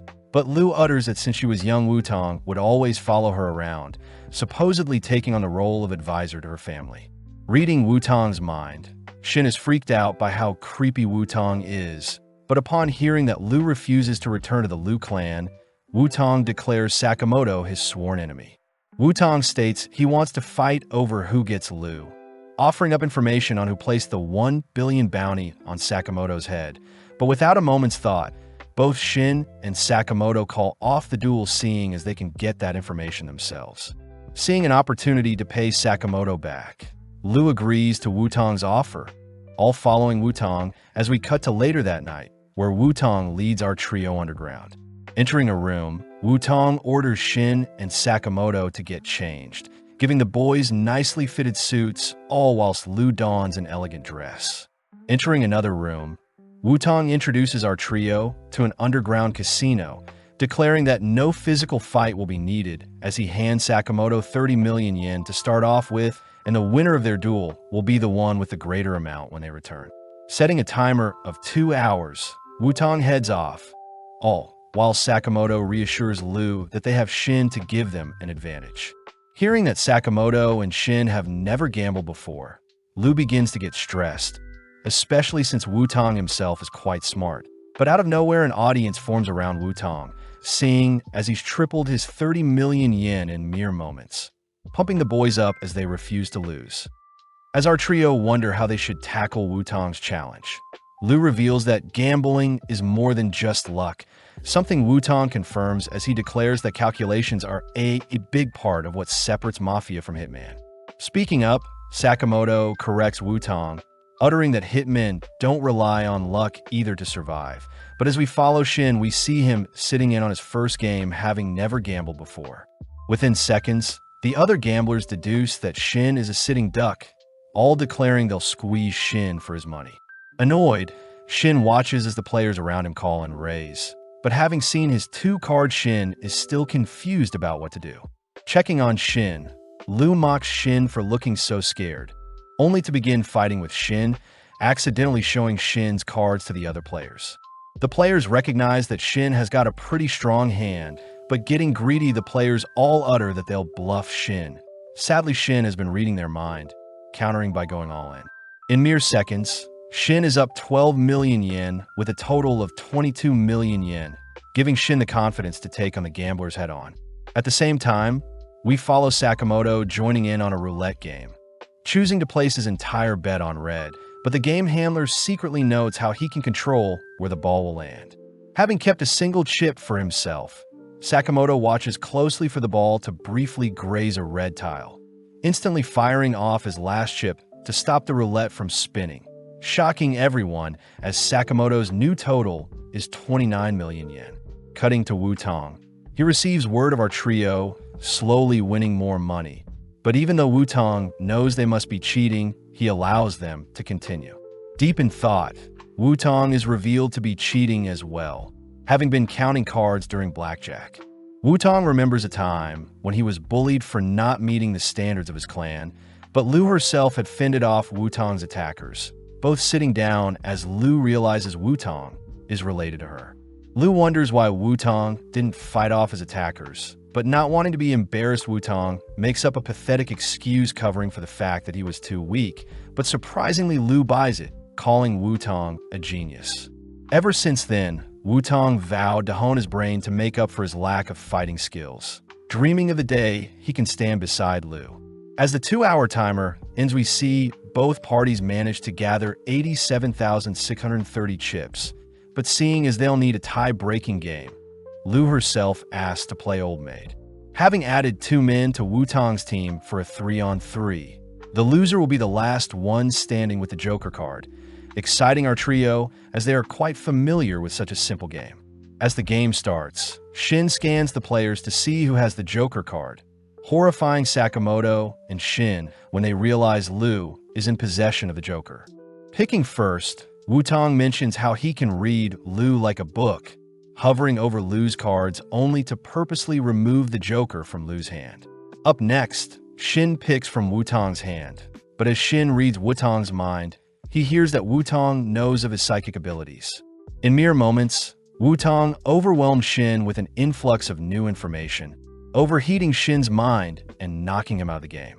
With several turns passing, Sakamoto is up next to pick, annoying one of Wutong's men, but having sped up, Sakamoto had picked the Joker card only to swap it out for a safe card using his super speed.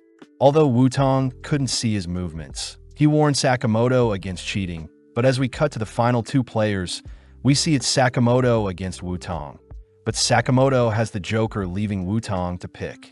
Although Sakamoto has a poker face, Wutong is still able to read Sakamoto's intentions, swiftly reaching for the final non-Joker card. But Sakamoto grips onto the card for dear life. Wutong struggles to rip the card out of Sakamoto's hand, but seeing an opening, Sakamoto switches the card for the Joker, annoying Wutong. At that moment, Wutong's men raise their weapons at Sakamoto, but more importantly, Wutong's men remind Wutong that they're the Mafia and that they're meant to take the things they want, not play games for them. Hearing his men speak so lowly of him, Wutong gets flashbacks of being ostracized in his past, allowing his trauma to get the better of him as he accepts his demise. Speaking up, Sakamoto reminds Wutong he can still impress Lu, exciting Wutong as he bluffs that the guns his men were holding were meant to blow up when they fired. Having distracted the men long enough, Sakamoto and Lu get to work dispatching the armed men, tossing and knocking them away, ultimately managing to take down the army with the use of a pool stick and pool balls. As for the final man, Wutong reveals his bluff by firing off one of the supposed rigged guns, admitting defeat as Wutong utters he doesn't deserve to stand by Lu's side. Sakamoto states that he doesn't want to decide what happens to Wutong's and Lu's relationship, empathizing with Wutong as Sakamoto has a family to love and protect as well. Returning to Sakamoto's shop, Wutong is seen being hired by Sakamoto, but having lost their duel, Wutong agrees to give Sakamoto information on Slur.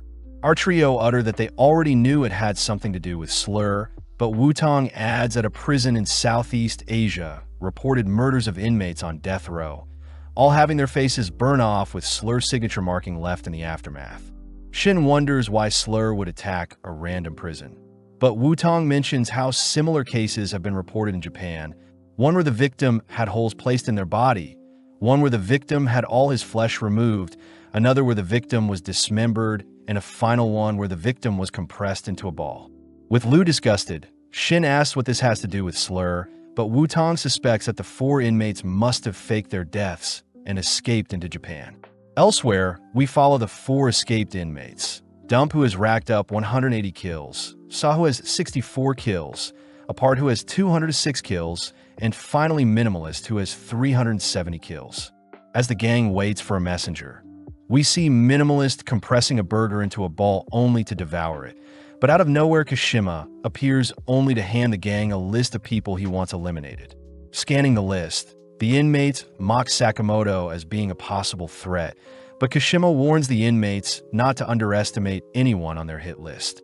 Pissed that Kashima is looking down on them, Minimalist crushes up his table only to declare they'll wrap things up in a month. But as they leave the scene, Kashima acknowledges the inmates as pure evil.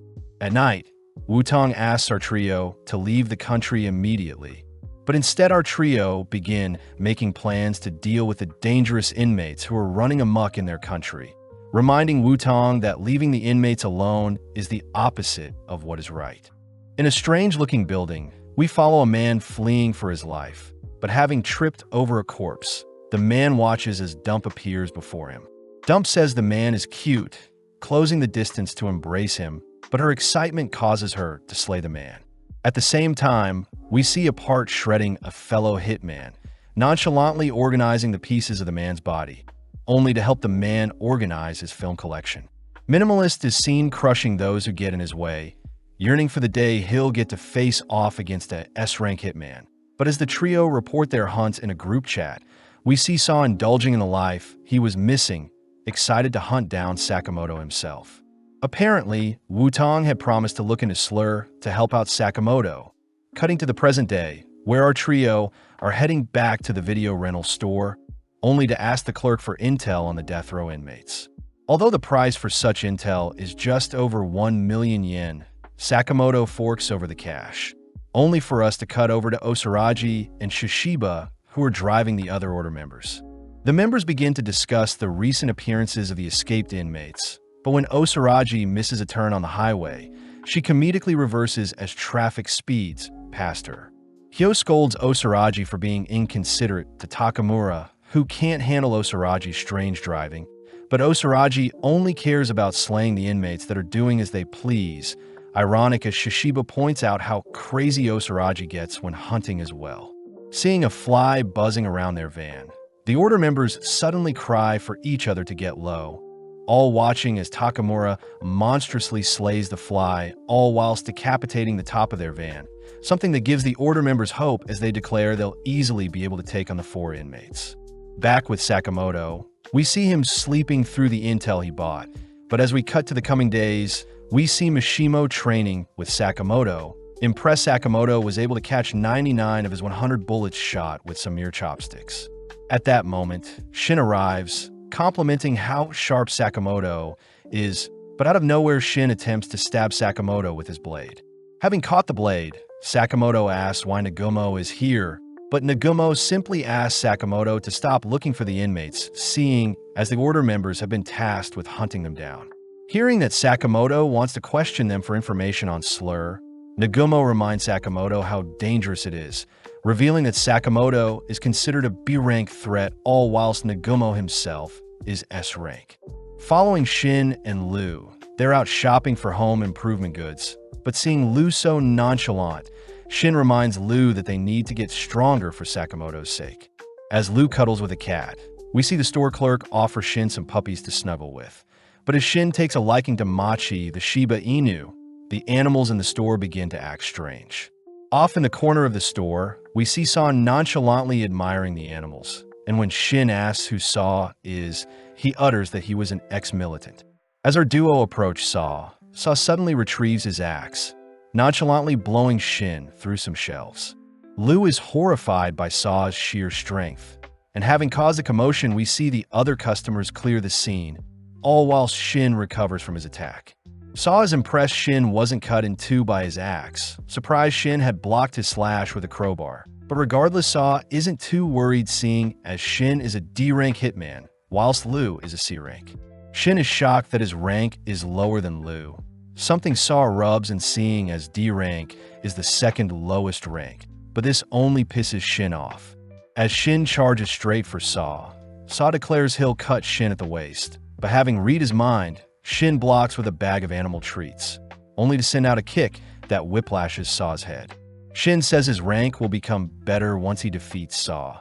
But as Saw recovers from Shin's kick, he slowly heads over to his bags, only to retrieve some rope.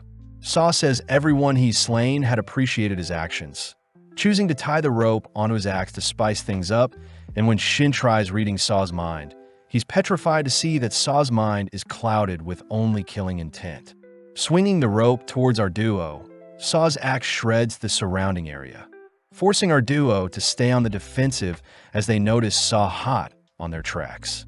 Unable to predict Saw's movements, Shin and Lu rack their brains for a way to fight back, but seeing Saw's axe in front of them, Shin tackles Lu to evade a lethal attack, accidentally sustaining some damage in the process. Saw mocks Shin for being unable to read his mind, but out of nowhere Lu draws Saw away by firing some nails at him with her nail gun, giving Shin the opening to blast Saw with a makeshift flamethrower. Sadly, even such an attack can barely phase Saw, freaking out our duo. As Saw tosses his axe at our duo, he purposely aims for the propane tank behind them, creating a massive explosion, but this time Lu tackles Shin out of the impact zone. Saw chooses to douse himself in some ethanol to cleanse his wounds, tossing the remainder of the bottle towards Lu, but Shin begins to panic seeing Lu unresponsive. Shin blames himself for being so weak, cutting over to Mishimo, who asks Sakamoto if Shin was his strongest partner, making Sakamoto admit that Shin has the potential to grow and is someone very strong if puts his mind to it. Back with Shin, He is helplessly thrown around by Saw, who offers to carve open his head to study Shin's brain. But when Shin hears Saw will be hunting the Sakamotos next, Shin can't help but feel guilty. Hearing that Saw will take great pleasure in tearing the Sakamotos apart, Shin begins to boil over, suddenly feeling a weird sensation as his senses have become heightened. As Saw swings his blade at Shin's back, Saw is surprised to see Shin was able to evade his attack, beginning to feel a strange aura from Shin. When Saw tries swinging his axe again, Shin magically blocks the blow, declaring that he can see Saw's future, only to throw out a flurry of punches that knock Saw down.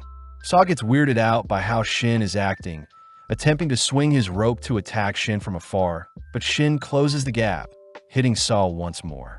With every strike, Saw helplessly slashes the air, annoyed to see that Shin truly is able to see his attacks before he can make them. As Shin hits Saw with a lethal blow, he sends Saw crashing into the ground below, all whilst thanking Saw for being the catalyst to his awakening. Flashing back, Wutong warns the gang that the criminals have already begun to make their move, revealing that the criminals' readiness potential is something they need to assess, especially since it may mean life or death. In the present, we see Shin rushing in for the final blow, but before Shin can finish Saw off, he suddenly loses control of his body. Having fatigued due to his new skill, Shin allows Saw to bind him and pull him towards his blade, but when Saw looks to capitalize, Liu appears, knocking Saw aside. Shin is weirded out to see Liu so serious, but upon discovering a bottle of opened ethanol, Shin realizes Liu must have drank it to enter into her drunken state. Saw admits he wasn't expecting such lowly hitmen to give him such trouble, but the drunken Liu declares her mafia fighting style will shock Saw. Saw starts off by swinging his axe towards Liu, but this time Liu heads towards the eye of the storm, taking a hold of the rope only to swing Saw's axe back onto himself. Seeing as he's lost track of Liu, Saw receives a devastating knee to the head, forcing Saw's mind to go blank, allowing Liu to slam and pin Saw onto the ground. Liu says she'll cut off a finger for each of Saw's victims, starting off by driving a mini shovel into Saw's arm, but Saw suddenly begins to beg for his life. Liu says Saw has no right to cry for help, something that scares Saw as he begins to flee the scene. But Liu manically chases after her prey. Saw says he wants to live so he can slay more people, but having read his mind, Shin intercepts and hammers Saw with a steel ladder, officially knocking Saw out. Cutting over to a temple, we see Shishiba and Osaragi enjoying a meal, both upset that one of the 4 inmates have been taken out already. Suddenly, they receive a call from Nagomo, who says he has found his target, reminding the pair that they can assist him if they want. Getting excited, Osaragi stuffs herself with as much food as she can, offering up the remainder to Shishiba only to run off towards her assigned destination. Back with Shin and Liu, we see they've both knocked out, giving Saw the perfect chance to escape his binds. Saw chooses to frantically board a taxi, threatening the driver to take him to the airport, but as Saw enters the taxi, he realizes that Hyo had been waiting in the back all along. With blood splatters filling the taxi, we cut back to Liu and Shin, who panic upon realizing that Saw had escaped, but sadly they can barely move, having sustained too much damage. Right on cue, the JAA's cleanup crew appear, announcing that Saw is dead. Shin recognizes the cleanup crew to be floaters that take care of the aftermath of a hit, and seeing as they've been fighting for too long, they quickly hurry back to Sakamoto's. Cutting over to Osaragi, she is seen praying at the temple, wishing out loud that she can successfully hunt down the inmates. But out of nowhere, Dump appears beside her. Dump chooses to rail Osaragi into the nearby shrine with a spike from her palm, all whilst wondering why people close their eyes when they pray. But having blocked Dump's attack with a coin, Osaragi says her prayer has been answered. Osaragi suddenly dashes behind Dump, choosing to educate her by bashing her head into a nearby statue, twice since prayers start with 2 bows. Next, Osaragi slaps Dump's face twice to symbolize 2 claps, and to top things off, Osaragi pile drives Dump into the ground to wrap up their prayer with another bow. Dump manages to bounce back from the attacks, getting excited to face a formidable foe, all while Shishiba wonders where Osaragi has run off to. Osaragi notices Dump erecting several spikes from her body. But Osaragi asks Dump to give herself in, something that annoys Dump as she strikes Osaragi with her spikes. Dump says it's unfair that she was given the death sentence after loving many people, accusing Osaragi for sharing similar intentions when hunting people down, but Osaragi is revealed to have blocked the spikes with her briefcase. Osaragi says she simply follows the will of the association. Plus, she says Dump is nothing more than a fly to her, pissing Dump off as she forces Osaragi to evade her advances, all whilst managing to disarm Osaragi of her heavy-looking briefcase. As Dump advances towards Osaragi, she demands that Osaragi retaliate, but Osaragi seems to be observing the number of spikes Dump has at her disposal. Osaragi fears that Dump may have more spikes hidden, choosing to borrow the temple's bell only to propel the bell towards Dump with a kick, something that sends Dump flying through the shrine and onto the ground below. Dump is annoyed at Osaragi's movement, suddenly noticing Osaragi checking her fortune before her, something that gives Dump the chance to sneak up on her and attack with her spikes. Having pinned Osaragi against a tree with a spike to her hand, Osaragi utters that it's weird for gods to create monsters like Dump and herself, and when Dump orders for Osaragi to cower in fear, Osaragi monstrously deepens her wound in order to reach Dump. Managing to grasp a hold of Dump's hand, Osaragi lands a powerful kick on a Dump, something that makes Dump reminisce on life, as her spikes were always a deterrent to the one she loved. Dump says every time she showed affection to someone, they would simply be slain by her spikes, something that forced her to give into her curse. In the present, Dump refuses to give in as she chases after Osaragi, but with each advance, she is sent flying by Osaragi's sheer strength. Dump declares she'll make Osaragi her next love, helplessly being thrown back and knocked aside, all whilst Osaragi coldly marches towards Dump. Dump cries that it's unfair she was unable to express her love to the people she cared about. But having heard enough, Osaragi retrieves her suitcase only to unveil her buzzsaw. Osaragi reminds Dump that she is just like her, and it's thanks to killers like Dump that Osaragi has a reason to live, something that touches Dump as Osaragi blitzes towards Dump, instantly ending their duel. Elsewhere, we see Mishimo high up in a sky tower, declaring that he'll help track down the inmates. At the same time, we cut over to Kashima, who receives word of 2 of the inmates passing, but he could care less, declaring that the inmates have drawn the attention of the Order members, giving them the chance to proceed with their grand scheme. In his room, Kashima is suddenly caught off guard by a part who had been waiting for him, demanding to know what Kashima's greater schemes are. Kashima tries brushing off the question, a little pissed that a part is turning on him, but a part says he'll live his life how he sees fit, suddenly dicing up Kashima's body. As a part leaves, Kashima is annoyed that a part has gone rogue on them, swiftly apologizing to X for his miscalculation, but X reassures Kashima that such a misstep is fine. Elsewhere, we follow Minimalist entering Sakamoto's store, all whilst Aoi is seen manning the counter. As Minimalist approaches the counter, Aoi asks how she can help him. Back with Sakamoto, we see he has brought Shin to Granny Mia for some acupuncture to help recover from his fight with Saw. Mia was surprised to see how big Sakamoto has gotten. A little annoyed she has to work on Shin, but Sakamoto says Mia was the only one that could help Shin, having been granted the title of Hand of God by all hitmen with the ability to heal almost any wound. Mia says Shin needs to keep the acupuncture pins in the whole day, and based on her analysis, Shin can use his new power for 5 minutes max each day. As for Lu, Mia served her some miso soup to help cleanse the alcohol from her body, only for Mia to offer to give Sakamoto a checkup. With Mia sifting through Sakamoto's body, she says it's surprising to see Sakamoto working as a team, but she warns Sakamoto to not seek revenge as she can sense anger emanating from Sakamoto's body. Mia utters that Sakamoto is only 30% as strong as he used to be, a sad revelation seeing as Nagumo is stronger than Sakamoto whilst he is still so big. With Sakamoto refusing to let anyone else get hurt, he begins to leave, but Mia strikes his tandem point on his stomach, ultimately finishing her checkup on Sakamoto. As Sakamoto leaves Mia to deal with Shin and Lu, We cut back to Minimalist interrogating Aoi for Sakamoto's whereabouts, but she says Sakamoto is currently at the physical therapist.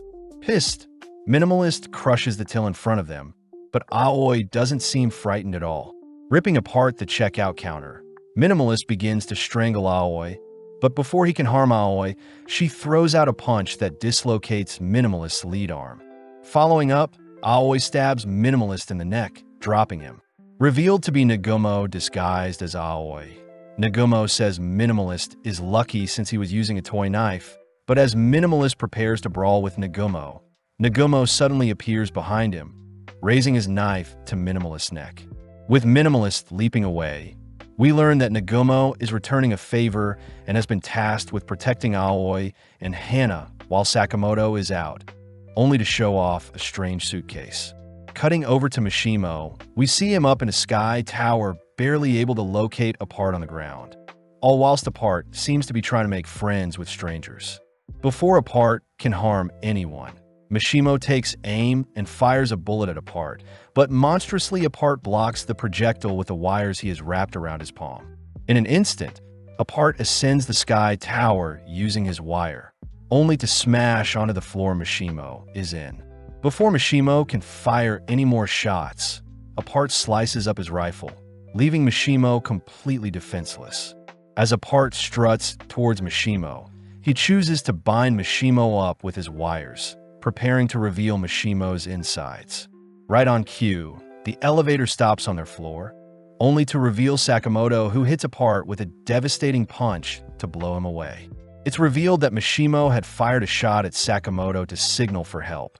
And as Apart excitedly gets up to brawl with our duo, Sakamoto utters that he is strangely pumped up today.